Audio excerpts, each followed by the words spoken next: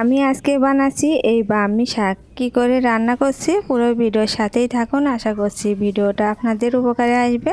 তো এই হচ্ছে ব্রাহ্মী শাক, সকালে মাঠ থেকে তুলে আনলাম। তো একটু পরে এগুলো বেছে নেব। আর অতিরিক্ত রোদ্রের জন্য শাকগুলো লাথে যাবে, সেজন্য একটু জল দিয়ে ভিজিয়ে রেখেছিলাম। তো এখন এই শাকটাকে বেছে নিচ্ছি। তো শুধু পাতাগুলো আর এই ডগাগুলো বেছে নিতে হবে, আর এর সাথে যে ফুলগুলো থাকে সেগুলো ফেলে দেব। তো আমি এই শাকগুলো ভালো করে বেছে নিচ্ছি। নমস্কার বন্ধুরা, আমি সীমা রান্নাঘরে সবাইকে স্বাগত জানাচ্ছি। তো এখানে এই শাকগুলো একটু সময় নিয়ে বেছে নিতে হবে, আর একটু সময়ও লাগে এই শাকগুলো বেছে নিতে। আর শুধু পাতার ডগাগুলোই নিচ্ছি। তো আমার সব শাকগুলো বেছে নেওয়া হয়ে গেছে। তো এই দেখুন এতটুকু হলো। আর এই শাকটা খাওয়া অনেক উপকার, তো বাচ্চাদের জন্য তো ভীষণ উপকার।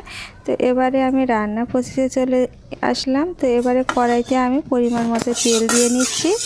আর এবারে আমি শাকের জন্য নিয়েছি এই তো আলু চিকন করে কেটে নিয়েছি, আর কয়েকটা আমি কাঁচামরিচও নিয়েছি। তো এবারে আলুগুলোকে আমি আগে লবণ দিয়ে মেখে রেখেছিলাম, তো অনেকটা জল বের হয়েছে।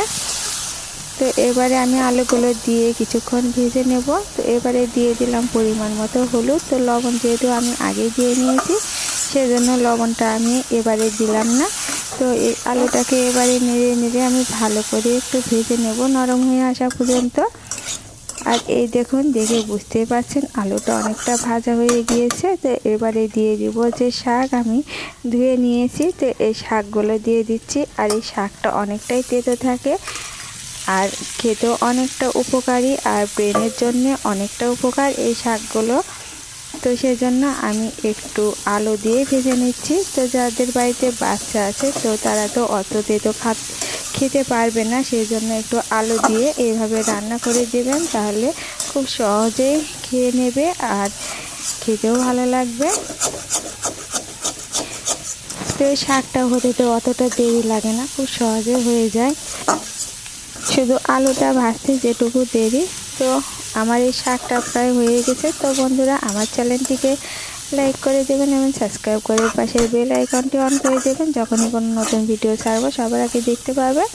আর যারা ফেসবুক থেকে দেখছেন, আমার চ্যানেলটিকে লাইক এবং শেয়ার করে দেবেন আর ফলো করে দেবেন। তো এই তো আমার শাকটা প্রায় ভাজা হয়ে গেছে। তো আমার আজকের এই রেসিপিটা কেমন লাগছে কমেন্টে জানাবেন, আর এরকম করে বাড়িতে অবশ্যই তৈরি করে খাবেন।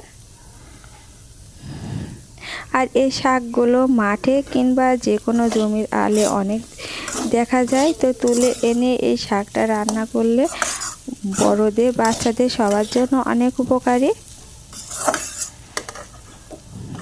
তো আমার শাকটা রান্না হয়ে গেছে প্রায়। এবারে আমি আর একটু নেড়ে চেড়ে নিয়ে আমি তুলে নিচ্ছি।